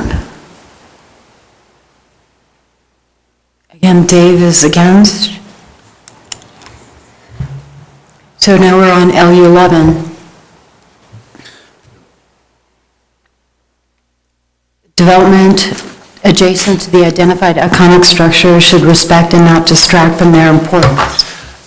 There's one thing that came up at the last Historic Preservation Board hearing that, with respect to one of our identified iconic structures, which is Little's House, that I don't know that it would be designated as a iconic structure or a landmark because it's been changed so much. Correct me if I'm wrong. It would probably not qualify. So we may want to take it off our list of iconic structures. Although I guess. Well, we've had this discussion before, so your use of iconic structure in zoning, Sarah Jane, you brought this up, is different than ours. And Lorena at the Littleton History Museum will fight tooth and nail to have Little's House designated, because if you actually look at the To not have it designated. Did not have it designated, thank you. If you look at the original photographs on that, it has been moved, it has been changed, it has been added onto so much that what happens is that it becomes a non-contributing structure, and it's not relative to what its former self is. And so, iconic, that was the one structure that we're very concerned that's listed as iconic. We just wanted the verbiage or the definition of your iconic structures being, as Norm discussed, it was more of a mass and a scale element than anything else. Yeah, and I think, particularly for Tony and for Matt, the discussion that we had earlier was that we're kind of distinguishing ourselves from what HPV does in terms of saying these are designated landmarks, but these are structures that, in terms of who we are as a city, what our history is, these stand out as important structures, and they may have been altered dramatically, but we still think, they may never be designated, but we still think they need to be respected, and that what happens around them has to respect them. And so this is really talking about what's the context for those, and how do we protect the context for those structures. So when we look at the Carnegie, or we look at Town Hall, or in this case, we look at kind of an unusual structure, which really probably will never meet the criteria for designation. It may still meet your definition of what's iconic in terms of it is important to Littleton because it was Richard Little's house. And it may be at one time, at one time. So is that important or not? So How many iconic structures do we have? Do we have a list or anything? we had five, I think. Yeah, they're on this. It's in the framework. Well, 7 if you add in the library Okay. and the Yeah. courthouse. Carnegie Library, Little's House, the old mill, Geneva, Town Hall, Geneva. Geneva Lodge, and the Depot. Depot. Yeah. Oh, we had Is there some. anything right now that would stop somebody from buying that house and tearing it down? and No. building something? And even But if if we restrict what goes on around it, they could still tear it down after we restrict, and that's always the dilemma. Absolutely, you bet. So do we have a motion on the table, or somebody want to make a motion to include or exclude Richard Little's house from the comp plan? One other question before you do that is there back somewhere or the other way, do you define your definition of iconic structure a little bit more thoroughly? If you look in the framework, on number 1, the last Oh, back sentence, on It says there's the two iconic structures, and then the last sentence is, "These memorable buildings represent Littleton's history." It's fairly simple, actually. I wonder if we also, in the glossary of terms used in the plan, if we also define iconic structures. That could be helpful too. Yep. Good idea. Well, I'm hearing support for leaving LU 11 the way it is. Okay, As long as we recognize that when we say iconic structure, we're really going to mean two different things, or conceivably two different things.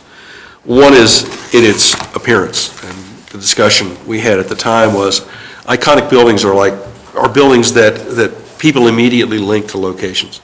The Eiffel Tower, iconic. See a picture of the Eiffel Tower, you know you're talking Paris.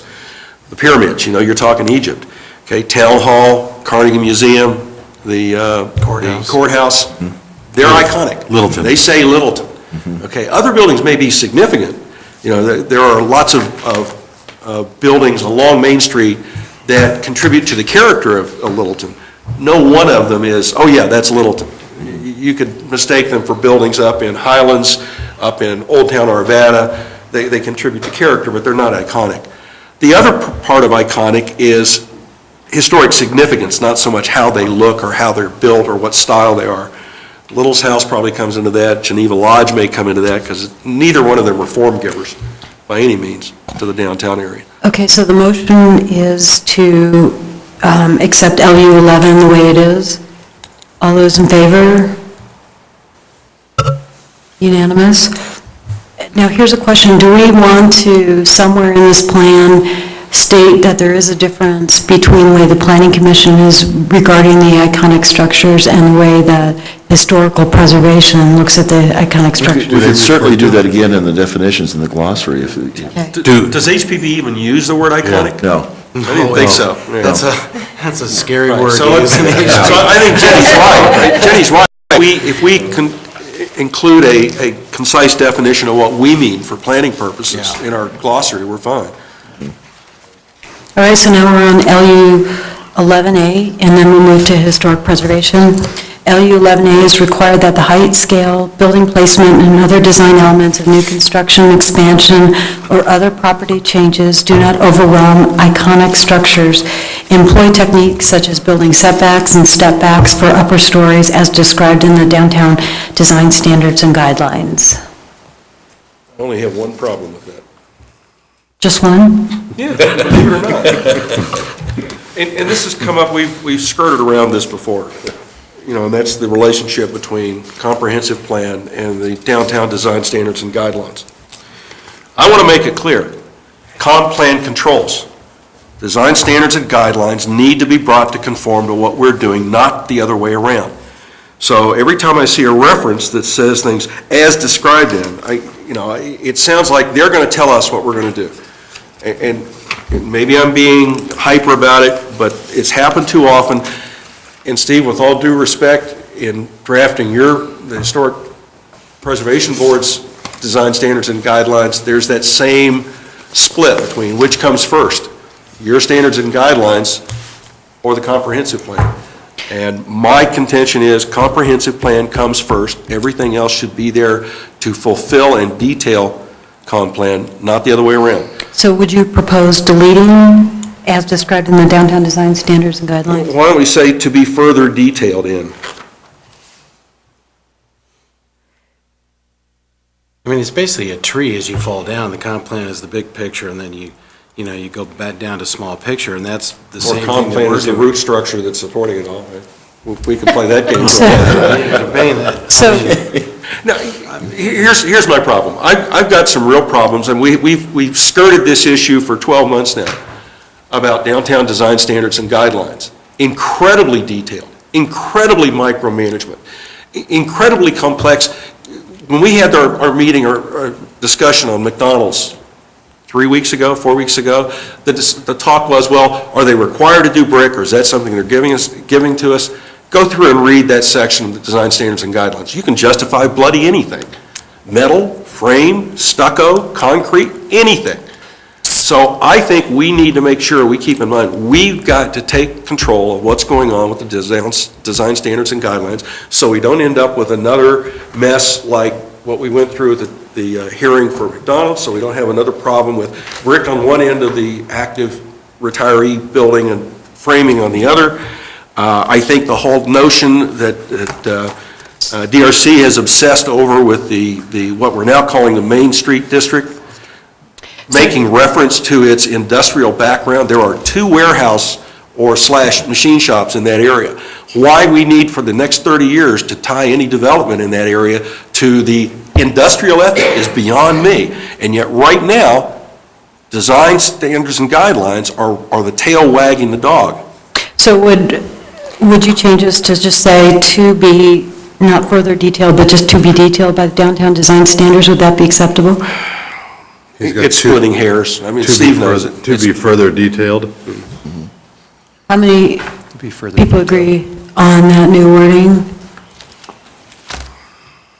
Okay, unanimous? So that takes us to the historic preservation goals and policies, and as we agreed to in the last meeting, we want to do this by exception, so we want to note all of the historical preservation policies that you guys are against, and then we can go ahead and approve everything else, and then just address those issues that are just truly issues for the Planning Commission. So, what are some of the things that you have against the historical preservation goals and policies and implementation strategies? Denny? If anything. Oh, he's got some. He's got some. I'm sorry. Steve, we'll start with you. All right. Well, I'm just reading actually through this, so.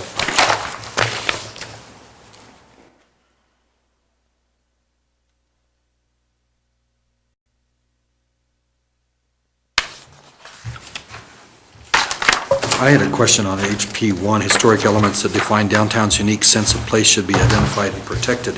Who's deciding what those are? Is that by us? Historic preservation? Yeah, HP 1A actually talks about HPB, so we would just support they would take the lead, and then if it's list of merit, they do the designation of that. If it's actually a designation of structure or creation of a district or expansion of a district, has to go through city council as well, so they make a recommendation to city council. Does that go directly to city council, or is there a planning commission process? No planning commission in that, no. Steve, can I ask Steve a question? Of course. How long has HPB been working on this? On our Identifying the guidelines, significant structures and potential historic districts? we have just started on our work plan this year, the list of merit, and that started this year. And I guess what I'm getting at is, how many more years is it going to take to identify significant buildings and districts? I mean, don't you have it's a small area downtown. in downtown, it's fine. What we're doing is actually, even in this area, there's 900 structures with surveys. Well, let's just say, we'll be done before you have this comp plan done. But we're going through it now. What are you saying by that? But, we're going through it. I mean, they're pretty well identified as is, but what you have to grant still in this is that the window of sense of place, if you want to put sense of place, kind of concerns me, but the structures as the 40-year window changes, buildings will change. As Dennis brought up and staff brought up, the building that we're in could become an historically significant structure down the road. So you cannot, it's an ever-changing as time evolves. This building's 30 years old now, in 10 more years, it may be on the. So you can't change that, and the list of merit and the designated properties need to change too, because as we've found, we've had list of merit properties only gives you a 30-day window, for non-demolition. There's not a lot of teeth in it, so things change, and we've already identified now 6 structures within this area that no longer should be delisted from the list of merit because of additions and things that have basically changed it. So I don't want to, it won't be a definite. No, and that's a good answer. Obviously I was looking for, haven't you been at this long enough? But what you're telling me is it changes as times, and that's a good answer. But what concerns me is the idea that we have to protect a potential 900 buildings that preserve a sense of place for downtown. No. Well, no, but see, here's where we're getting at the heart of the difference between HPB and us. We're looking at how the built environment, how the buildings look, how they are arranged, where they sit, how big they are, how they correspond to the street and sidewalks, how that affects activity, economic activity, social activity, that sort of thing in the community. Okay, we're concerned about form. Jenny, you like that? Form and function, not necessarily form follows function, but form and function are inescapably linked. Okay, we're concerned about that. The historic aspects of it are there, but that's not what our primary consideration is. If there's a nondescript building along Main Street that has no significant style, nothing particularly important happened there, it's underutilizing the space, it creates a blight or a hole in the fabric of the activity going on Main Street, I don't care if it's 100 years old. I'd rather see it replaced with something that smacks of the historic character of Main Street, but is an active contributor to that character, that sense of place, and the economic and social activity. So Dave, do you have any recommended language change to the historic preservation? No, I'm just trying to get to explain the difference between HPB's perspective on this and ours. I'd like to add a comment a little bit here. Those comments were those were Dave Metcalf comments. Well, yeah. I've got more sensitivity myself towards historic preservation than that. You also have to look at what Dave's talking about, and we look at it, that's why I'd rather have it land, keep 1A as it is, because there are contributing buildings and there are non-contributing structures within a district, and those can be identified, and that's part of what in the direction that we want to go on the board. And so, Dave, we're going to identify those structures, and we're not, right now, the district is a opt-in district. It's what Denver calls a chocolate chip cookie kind of element. It's not a defined district. And there's a pretty thorough process. It's a very thorough process goes through to identify. HPB, they're very thorough, they take it seriously, and then it has to go to city council, so there's a public review over it as well. Right, and you've seen how the structures have changed, and we really identify those. So those buildings where they can, part of our mission statement is economic development, and we really look at how historic preservation, if you're doing it right, is basically rehabilitation of buildings so they can be used and continue to be used in a better fashion than just sitting there as museums. We're not advocating that at all. And you'll see that all up and down Main Street. Right, and just to, I don't know if you've ever attended any of their meetings, Dave? Have you? Yes. So you know that they go through about what type of materials and energy efficiency, et cetera, and so. Can we focus on approving this historic preservation section and go through recommended changes? Did we vote on HP1 yet? No, we didn't. We're voting, Okay. we're just identifying the changes we need to make and then blanket voting the whole thing in. I was just making those comments. Yeah, one person, David Metcalf. I think I think as we look at these next 2 or 3 or 5, we need to decide, is our perspective, are our goals about historic preservation exactly parallel to HPB's, or do we have a slightly different focus, a slightly different emphasis on what we're trying to accomplish with that dichotomy we heard from the public a year and a half ago about keep the historical traditional look, but foster redevelopment? And I'm not sure that those are the same.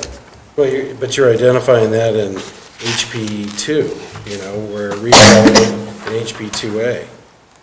So there's ways to go about that, and you can do both, and we're about doing both and melding with you guys on this. I think we're probably both looking at the same mix of things, but from a slightly different perspective. Craig, you had a comment? I remembered we were really just objecting here, so I had some wordsmith suggestions there, but I think I'll pass on it. I think I'm fine with it.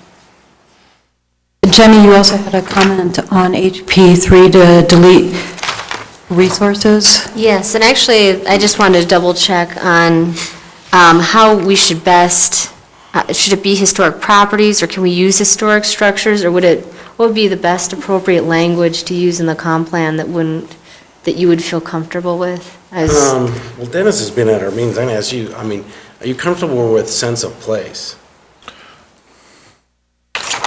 Start with the. Well, from our perspective, I guess I am, from planning commissions, yeah.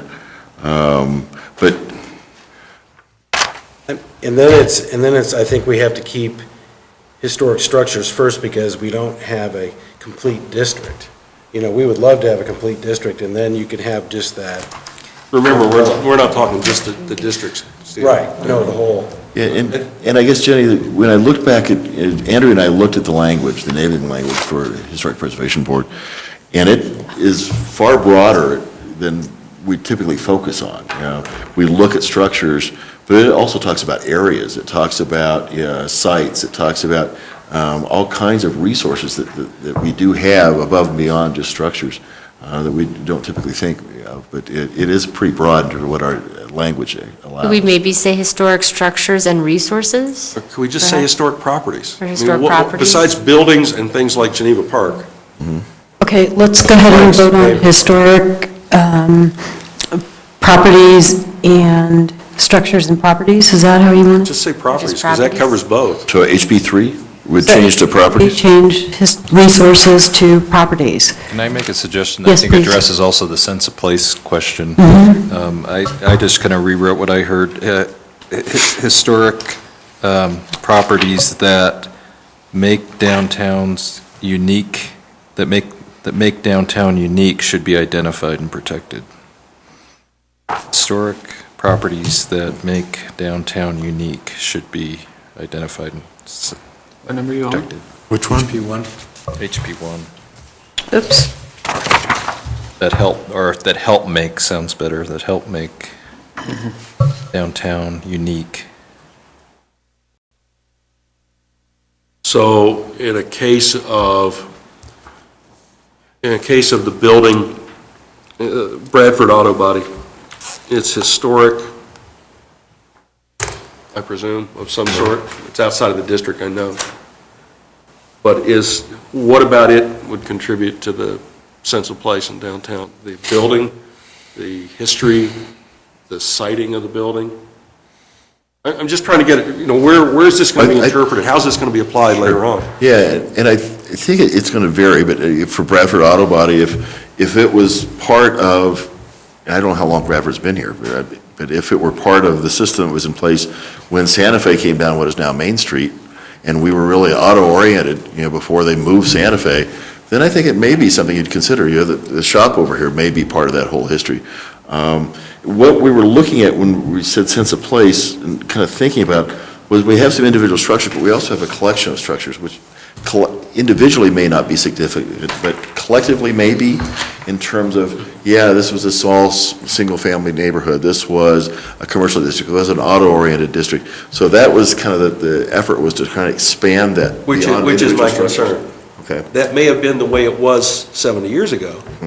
But now we're talking about a downtown area where we've said over and over again that we think the streetscape and the profile and how the buildings front on the sidewalk and have shared activity zones and transit zones and areas and zones along the street curb is important. And if somebody comes down 3 years from now and uses this, say Bradford's decide to go out of the business, they want to sell the property and they're going to develop it into a, sorry, Steve, I mean this in a gentle way, faux historic building that's mixed use or consistent with the zoning, are we going to say, sorry, the building that's there is set back and we want to maintain that use because that reminds us of what was there before? Well, We've encountered that before. Okay, hold on. Okay. We're running out of time. So what I was going to propose is we take like an extra 5 minutes and with the goal of trying to get through the historic preservation goals and approve them, and so that we have actually one section completely finished.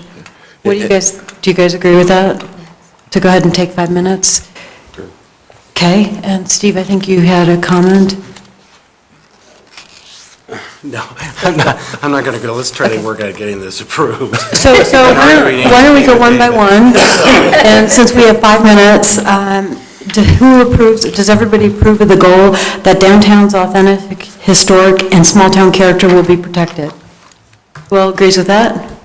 And that is unanimous? Okay, so HP1, Craig, can you read your proposed language? I'm sorry, I'm going to kind of renege on my, listening to Dennis, I think that we'll keep the sense of place in there and say historic properties that define downtown's unique sense of place should be identified and protected. All right, all those in favor, Historic properties? historic properties instead of historic elements? Dave is against. And HP1A, support the Historic Preservations Board's effort to identify and designate historically significant structures and districts. All those in favor? Okay. HP2, new construction, redevelopment, and rehabilitation of historic structures should complement downtown's historic character. All those in favor of that? Craig? Question, would that just pertain to the historic district? Or would it pertain to all of It downtown? should pertain to all, The way it right? reads now, it does. So new construction in downtown should complement the downtown's historic character? So anywhere, even in the industrial district? Can I ask, That's the thought, and I think that's where the design guidelines Construction go. of historic structures? can I ask how this is really reading? Are we saying new construction, redevelopment, and rehabilitation of historic structures? Or are we saying new construction, redevelopment, and rehabilitation of historic structures? I mean, are those three terms applying to the historic structures all the way The across? intent- Well, The intent was no. If you have something new, okay, say they tear down Bradford Auto Body for some reason. And to the Bradfords, I apologize, I'm not advocating that. Well, I'm not advocating. None of us are I don't advocating. think it's real well, but if they build something new there, it should complement downtown's historic character. So should we? Now, if you want to get into details, or should there be that parking lot out in front or whatever, I think that's a case-by-case basis. So should we go ahead and vote on that, or Craig? I Did you guess, want- but this applies to all of downtown. So All of if- downtown. So if you were to do something up by Alexan, would it And- necessarily need to? And the design guidelines for Alexion are basically just like that. When they looked at it, they said, it's a new residential structure, but we want to reflect the fact that there was an industrial site. And so it has flat roofs, it looks like, I know it's a stretch, but it's there. So the thought was that the materials, the design would reflect somebody's, when they actually did the shopping center across the river, you look at it from a distance, and there's actually a little bit of echo of the fact of the stands from the track. So the thought is, all those areas kind of reflect and complement the historic structure in terms of materials or something, or some element that says, yeah, this is what. I can buy that, okay. Even though it's very contemporary Okay. architecture. It approved? Unanimous? Okay, HP2A, apply the adopted design standards and guidelines to all new construction, redevelopment, and rehabilitation of historic structures. All those in favor? Okay. And I assume that means the adopted historic Well, preservation design. Yeah, I would think we might want to add that, apply the adopted standards and guidelines for historic structures to all new construction. So all those, Yeah. all those in favor? Well, actually, I guess that's why we, actually, that's why we left it out, was because we are talking about new construction and redevelopment, and then rehabilitation of historic structures. So because we're we're talking about combining the design standards and guidelines for historic structures into the overall design standards and guidelines for the city, this was supposed to be an overall It's design still- standards and guidelines, yeah, that we will still have a valid. single set that has different elements. So that was the intent, if there's an easier way to say it. So none of those design standards and guidelines are adopted until the planning commission says they're adopted, correct? Currently, yeah, they were adopted by both HPB and by Planning Commission, so we're anticipating that you will have to adopt amendments to those. They have not been adopted by City Council at this point. You guys, we have a minute and a half. I'd rather get it, reasonably right than worry about going a couple minutes over, if that's okay. And unless the game's that hot and we need to get back and see it. It's up to the commission. Well, let's just continue to see what we can get done here. The Planning Commission and the Historical Preservation Board should work together to create a unified and coordinated set of design standards and guidelines to protect historic property. Properties. Properties. All those agree? All right, HP3, unanimous. HP3A, maintain board liaisons between the Planning Commission and the Historical Preservation Board and schedule periodic joint meetings to the two boards. All those in favor? Great. Okay, unanimous. HP3B, review downtown design standards and guidelines to ensure that they adequately protect the historic integrity of downtown. If we can add after guidelines and review this and revise as necessary to ensure, because they don't right now. Okay, so all those in favor of What was that? including I'm sorry. And revise as It's necessary. and necessary. revise? So review the downtown design standards and guidelines and revise as necessary to ensure that they adequately protect the historic integrity of downtown. It works. All those in favor? Unanimous.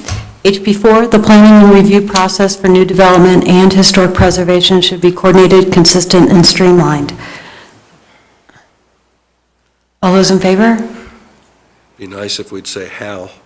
Unanimous. We don't know how. HP4A, That's what bothers me. 4A is to clarify, simplify, and coordinate the development review and certificate of appropriateness process. How is HP4 and HP4A different? Are they different? They read the same. Unless you add the COA into HP4, because that's, Yeah, it gets a little bit more specific, that's all, yeah. you were asking for specifics, and that's what the COA If is doing. HP4A is supposed to be an implementation strategy, this isn't, all it's doing is restating the policy. All right, so those We in even need favor? it, is what I'm saying. All those in favor of this? We may not need it, but it looks like we're working. Okay. How long have you been running it? We need it because this is exactly what we're doing, is streamlining the COA process, and that is an implementation process and guideline. You got to have that in there. HP5, downtown's historic resources should be so showcased. All those in favor? Jenny? Do you want to say resources or properties in that? Property. I think to be consistent. Properties? All those in favor? This is our, Get to properties? yeah, for anybody with a really long-term memory, there were two things we have to do in a comprehensive plan. One is tourism, and one is shooting ranges. And this is... Were you trying to make sure we were still awake, or what? Yeah, no, yeah. This is the tourism policy, so this is our, here's where we're hitting tourism, so. Okay, we haven't done shooting ranges yet. So, Okay, so given that, does it make sense to keep resources, or is properties to be consistent? properties. Properties. It was fine, I Let's think. say, what other resources are there besides the properties?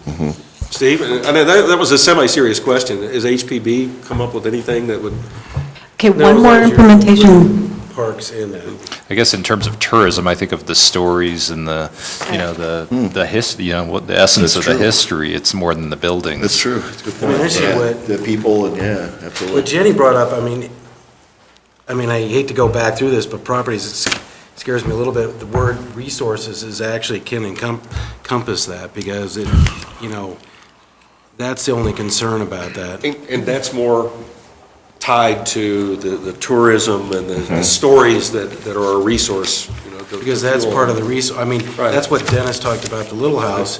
What's there is the story, and I don't even know if you know, but the Little House has been moved. So, so there's, there's a lot. Which is interesting history as well. Property isn't significant. It's not so much the property, so you don't want to say structure there. But the story of why it was moved is interesting history, It's yeah. really one of the most Yeah. fascinating things ever. Can we go ahead and improve So- HP5A and then readdress the resources? We're not But telling. one thing on Okay. HB 5A, Matt, you got to change that installing interactive, however he said it before, media, because I will say that Story Track in Denver is becoming very successful in, you're talking about funding and who's going to pay for it. It's a lot cheaper to pay for it off the interactive media than it is to have a lot of plaques and things Oh, all absolutely. over it.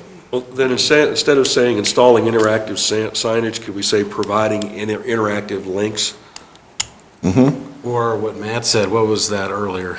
Media. Yeah. Media. Because we don't know what that media Yeah, we don't know. And that's why I was kind of falling back on the links idea. Could be videos, it could be websites, it could be. Oh, I see. So- Facebook, I got you. Taking advantage of interactive media or using interactive media or something like that? The proposal is to change Road, the, So Okay. we're trying to figure this out because the plaques get so big, all of a sudden we ask the stories and pretty soon the plaque is the size of the, the bulletin board, so. so is it installing? Can't edit a plaque.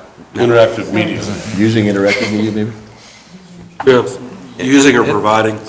And I have one other question on this because I like the idea, but Dennis, how does lighting the historic landmarks, how is that? I think it's a great idea. We brought it up and gotten slapped, so. Well, we're looking at, the lighting code, and there is an exception for historic properties, so that there's an intent to actually allow that. Okay.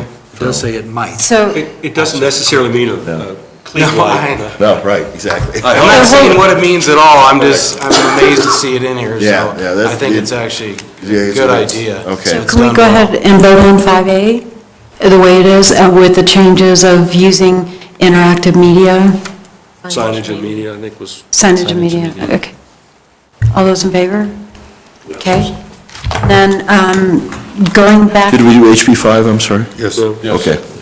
And can we go back and address the historic resources and properties issue? And what is on HP5? Suggestion was to I leave think it. Craig's comment about why, in this particular case, resources is more important, or Yeah. more sweep and more encompassing than properties is. Okay. is a I good- agree. So all those in favor of maintaining resources instead of properties? And that is unanimous, and that takes care of our historical preservation section. And so that, any other comments before we move towards the revisiting of the meeting goals and schedules and upcoming meetings? What did you guys think of the format that we used tonight? Do you think it's working? Do I we, think it went a lot faster than the first one I went to. So does- We're getting is- good at it. just Casper, okay, and do you think we need to modify the approach or anything I at think this that if point? we go through it one by one and we don't argue about semantics, that we'll get through this a lot faster than everybody thinks we will. Good. And again, last time Linda asked people to come with specific language, and I don't know if you've done it, but it certainly seemed like it. So if you have something you don't like, if you come with an alternative, that's great, so. And then in terms of upcoming meetings, we have next Monday's the 11th. The meeting is a regular meeting in which we're going to have election of the officers, and then we'll go back into our special meeting study session, so We'll also hopefully. do reports and minutes, so. seems to- With that being a regular meeting, can we instruct staff to come up with resolutions recognizing Norm and Pavlos, and then, especially Julio. well, and then We have to, those prepared, we can, and then what's, it- and then Julio for the, what's the, Planning the commission. same thing that we did for Jerry and Mark for the. Emeritus. Yeah, the emeritus. Sure. absolutely, yeah. Okay, and then we have a meeting on April 25th, and then May 9th, and then we wanted to just talk real quick about the museum, the workshop, the planning commission workshop at the boardroom, museum boardroom. And Dennis, if you want to talk about Sure. that? Yeah, that's on the 14th. Glenn's arriving, the new director's arriving on Monday, the 16th.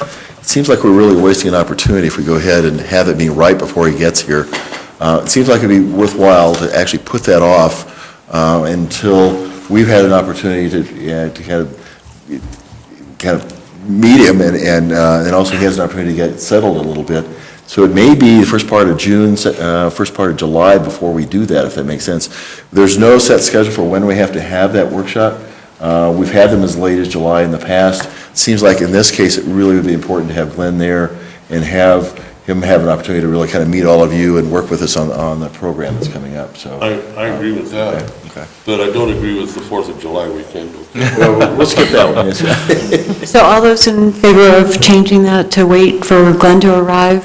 We'll kind of wait and see what his schedule's going to be. We can still keep pushing on with what we're doing. Right, Oh, absolutely, absolutely. yeah. Okay. All right, so we're all in favor? All right, so any other agenda items for the next meeting that you really would like to discuss? Besides continuing? Norm and I brought up a couple of things, and Norm brought up a couple of things himself, but sooner or later, we're going to have to backtrack and catch up on. Yes. Help me, Dennis. Okay. The one that he had mentioned was this question of making more opportunities for citizens to address us. Right. Whether we do it at every meeting or every regular, or at least periodically. I think the sense was when we go through 3 meetings in a row with no regular meeting, nobody has an opportunity to address us. Although we do things like when Steve's here and we've got a resource that's pertinent to the discussion, we've been very prompt in recognizing that. So that's one topic. The other was liaison, actually formalizing the liaisons a little bit more, I think, was one thing council. Oh, to make sure it was two-way. Right. Yeah, us to them, them to us. And there may be a third thing, too, that is in the rules. It may be something we want to bring up at the next meeting. We could actually look at the rules and regulations a little bit and prepare for that in terms of what we might propose some language changes to that for how we would change that to allow people to speak. And the other one was? There's still outstanding that question of the CML convention up in Vail, Okay. June 21st. Okay, So at good. least mention it, see if anybody's Good. interested or think there's a Bet. reason to go with it. And the other one was something that Norm and I had talked about, and actually Julio kind of threw his 2 cents worth in. And that is, after we've had an application, a hearing, a public hearing for the whole thing, it seems like every time there's something that has come up during the staff report or the presentation from the applicant or our discussion that we seem to learn or conclude at the end of it, something was wrong here. One of the things on the McDonald's presentation was the question of if the exceptions made to other applicants for signage on both streets really wasn't a part of the PDO question, then why was it even in the report? Why did it even come up? Another one was the question of interpretation of the sign code on what defines the square footage or area of a sign. And basically what we heard, and with all due respect, we've heard the same kind of thing before. Well, that may be how it reads, but that's not how it's always been interpreted. Well, then I'm telling you, we either change how it reads or we change how it's being interpreted. And I think those really need a lot of discussion from the planning commission. What We Norm schedule suggested was that since we keep having things like this come up, if we would schedule a little debrief session Okay. after these hearings, so that we can go through and say, hey, this came up, and we don't seem to be clear on it, or we're not on the same page on it, and we capture each of those, and then get us all on the same page between staff and us. That's a great idea, and we could do that at a study session, I would think, as well. So Right. it's just everybody takes note of those, and we can have that discussion, absolutely. Yeah. Do we have a motion to? So moved. Craig? To adjourn? I couldn't even get the words out. All right. Good job, Linda.